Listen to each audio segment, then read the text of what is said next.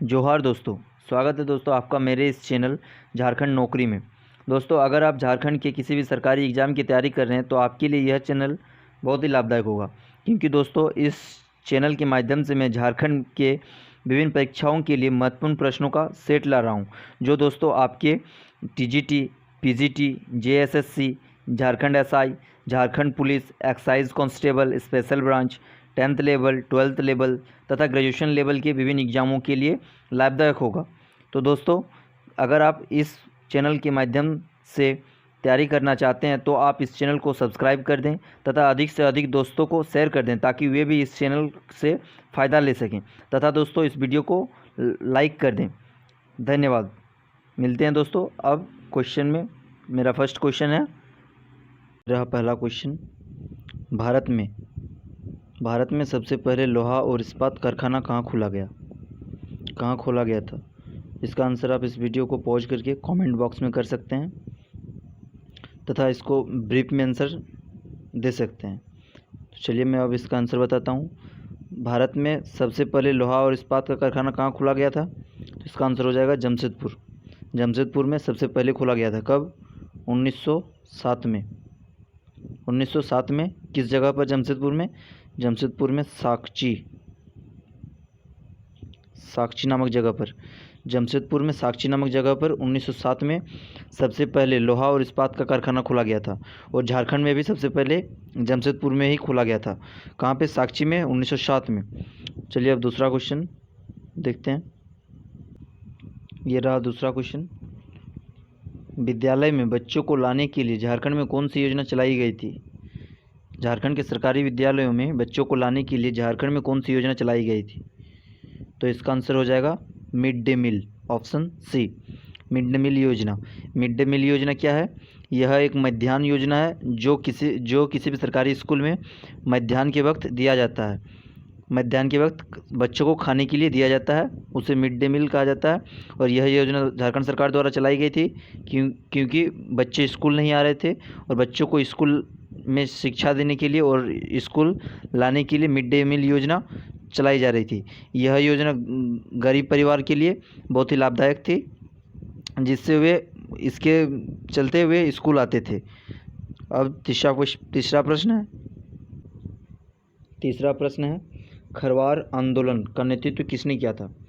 खरवार आंदोलन का नेतृत्व किसने किया था? तो इसका आंसर आप कमेंट बॉक्स में कमेंट करके दे सकते हैं। इसका ऑप्शन है, option A Bhagirath Manjhi, option B Ganpat Rai, option C Budhubir, option D Vishwanath Sahdev. चलिए मैं अब इसका आंसर बताता हूँ। तो इसका आंसर हो जाएगा ऑप्शन ए भागीरथ मांझी। खरवार आंदोलन का नेतृत्व किसने किया था? भागीरथ मांझी ने।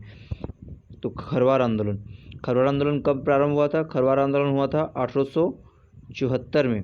खरवार आंदोलन कब प्रारंभ हुआ था? 1874 में। यह कहाँ हुआ था? संथाल परगना में।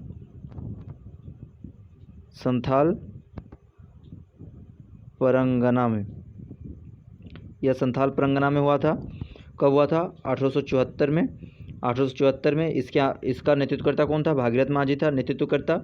तथा यह एक ऐसा एकमात्र आंदोलन है जिसने अंग्रेजी शासन के प्रति असहयोगात्मक नीति अपनाई थी। कैसे नीति अपनाई थी? असहयोगात्मक। और भागीरथ मांझी आदिवासियों के नेतृत्व में किस नाम से जाने जाते थे? तो उन्हें बाबा कहा जाता था। इन्हें इस आंदोलन के द्वारा इन्हें बाबा कहा जाता था। भागीरथ मांझी को खरवार आंदोलन के दौरान बाबा कहा जाता था। खरवार आंदोलन कब हुआ था? 1874 में, संथाल परगना में हुआ था। अब हम चौथे प्रश्न की ओर चलते हैं। ये रहा चौथा प्रश्न है, निम्न में से कौन सा झारखंड में है? कौन सा एक उद्यान है? इनमें से कौन सा एक उद्यान है जो झारखंड में स्थित है? तो ऑप्शन ए बांदीपुर राष्ट्रीय उद्यान, ऑप्शन बी बांधवगढ़ राष्ट्रीय उद्यान, ऑप्शन सी बेतला राष्ट्रीय उद्यान, ऑप्शन डी भालुकपोंग राष्ट्रीय उद्यान। तो इन राष्ट्रीय उद्यानों में से कौन सा राष्ट्रीय उद्यान जो झारखंड में है? तो इसका आंसर हो जाएगा बेतला राष्ट्रीय उद्यान, ऑप्शन सी बेतला राष्ट्रीय उद्यान जो झारखंड में है। तो दोस्तों मैं आपको बता देना चाहता हूँ कि बेतला राष्ट्रीय उद्यान एकमात्र राष्ट्रीय उद्यान है जो झारखंड में स्थित है। यानी झारखंड में सिर्फ एक ही राष्ट्रीय उद्यान है, वो है बेतला राष्ट्रीय उद्यान। इसकी स्थापना कब हुआ था? इसकी स्थापना हुआ था 1986 में। 1986 में।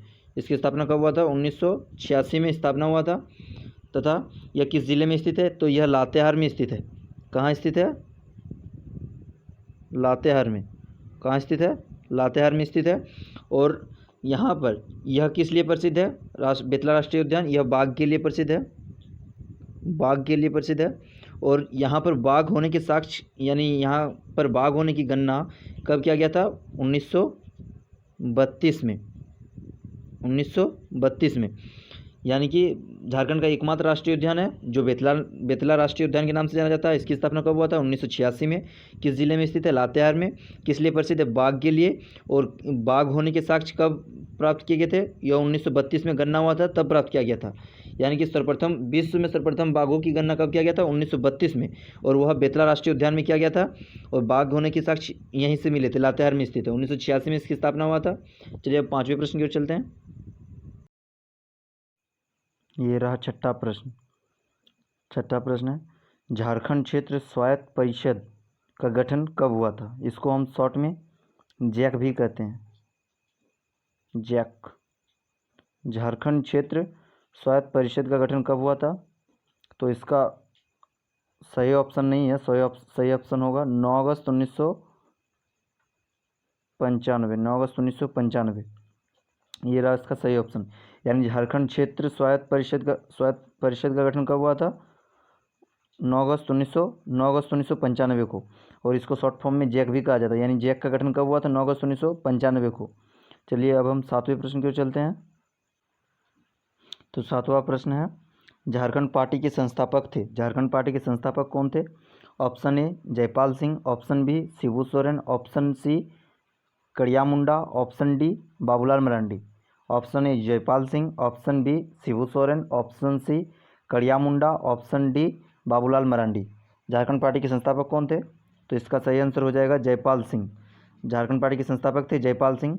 तो झारखंड पार्टी की स्थापना कब हुआ था? तो झारखंड पार्टी का स्थापना हुआ था 1950 में। झारखंड पार्टी का स्थापना कब हुआ था? 1950 में। और इसका स्थापना किसने किया था? जयपाल सिंह ने किया था। और यह इसका गठन कहाँ किया गया था? तो जमशेदपुर में किया गया था।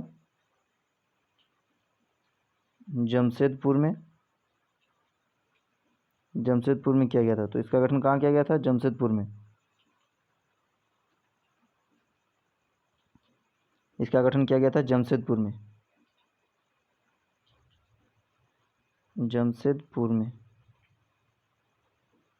इसका गठन किया गया था जमशेदपुर में। जयपाल सिंह मुंडा द्वारा किया गया था। कब किया गया था? 1950 में। तथा पहली बार इसका गणना कब किया गया था? यह चुनाव में जयपाल सिंह मुंडा की पार्टी यानी झारखंड पार्टी पहली बार चुनाव में कब उतरी थी? 1952 में। 1952 में इसने इस पार्टी ने बिहार से कितने सीटों की मांग की थी? 16 सीटों की मांग की थी। कितने सीटों की? 16 सीटों की मांग की थी। झारखंड पार्टी के संस्थापक कौन थे? जयपाल सिंह। 1950 में इसका झारखंड पार्टी का गठन हुआ था जमशेदपुर में। 1952 में इसके द्वारा चुनाव लड़ा गया था जिसमें से 32 सीटें प्राप्त किए थे। तथा इसका चुनाव चिन्ह क्या था? मुर्गा। इसका चुनाव चिन्ह था मुर्गा। चलिए अब 8वें प्रश्न की ओर चलते हैं। देश की कुल कोयला उत्पादन में झारखंड की भागीदारी है। के कुल कोयला उत्पादन में झारखंड की भागीदारी है। Option A 40%, option B 45%, option C 47%, option D 49%। तो इसका आंसर हो जाएगा ऑप्शन ए 40%। देश के कुल कोयला उत्पादन में झारखंड की भागीदारी है 40%। कितना प्रतिशत? 40%। अब 9वें प्रश्न की ओर। 9वां प्रश्न है, झारखंड में वर्षा किस मानसून से होती है? झारखंड में वर्षा किस मानसून से होती है? ऑप्शन ए उत्तर पूर्वी मानसून, ऑप्शन बी दक्षिण पश्चिमी monsoon, option C nor'wester, option D उपयुक्त में से कोई नहीं। फिर से ऑप्शन ए उत्तर पूर्वी मानसून, ऑप्शन बी दक्षिण पश्चिमी मानसून, ऑप्शन सी नॉर्वेस्टर और option D none of this. तो इसका आंसर हो जाएगा ऑप्शन बी दक्षिण पश्चिम मानसून के कारण। झारखंड में वर्षा किस मानसून से होती है? दक्षिण पश्चिम मानसून से होती है। अब 10वें प्रश्न की ओर। ये रहा 10वां प्रश्न। 10वां प्रश्न है, दामिनी कोह की कब घोषणा हुई? दामिनी कोह की कब घोषणा हुई? ऑप्शन ए 1822 में, ऑप्शन बी ऑप्शन 1823 में, ऑप्शन सी 1824 में, ऑप्शन डी 1825 में। तो दामिनी को की घोषणा कब हुई थी? इसका आंसर आप कमेंट बॉक्स में भी कर सकते हैं। तो चलिए अब मैं इसका आंसर बताता हूँ। तो इसका आंसर हो जाएगा 1824 में। दामिनी को की घोषणा कब की गई थी? 1824 में। दामिनी को का मतलब क्या होता है? अंग्रेज ने एक झारखंड के पहाड़िया लोगों ने एक विद्रोह किया था जिसका नाम था पहाड़िया विद्रोह। क्या नाम था? पहाड़िया विद्रोह।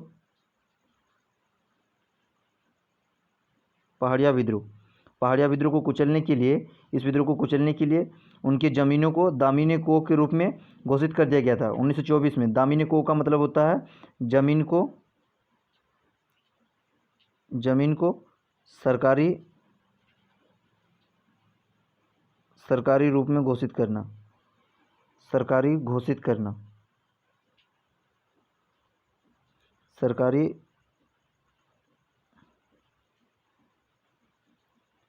घोषित कर देना।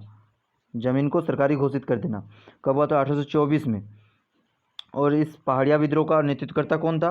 पहाड़िया विद्रोह का नेतृत्वकर्ता था रमना आड़ी।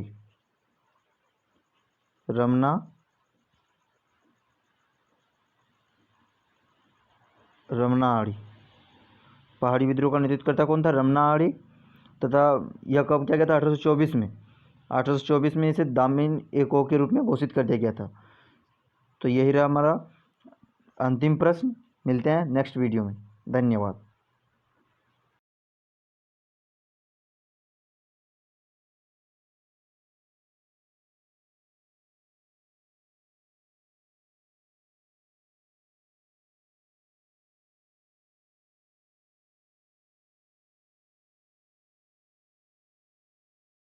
ये रहा पांचवा प्रश्न। झारखंड का शिमला किसे कहा जाता है? झारखंड का शिमला किसे कहा जाता है? Option A Hazaribagh, option B Netarhat, option C Bokaro, option D Ranchi. चलिए मैं अब आपको इसका आंसर बताता हूँ। तो इसका आंसर हो जाएगा ऑप्शन डी रांची। झारखंड का शिमला किसे कहा जाता है? रांची को। यहाँ पर अनेकों झील हैं, अनेकों राष्ट्रीय उद्यान है। राष्ट्रीय उद्यान सिर्फ एक ही है, लातेहार में।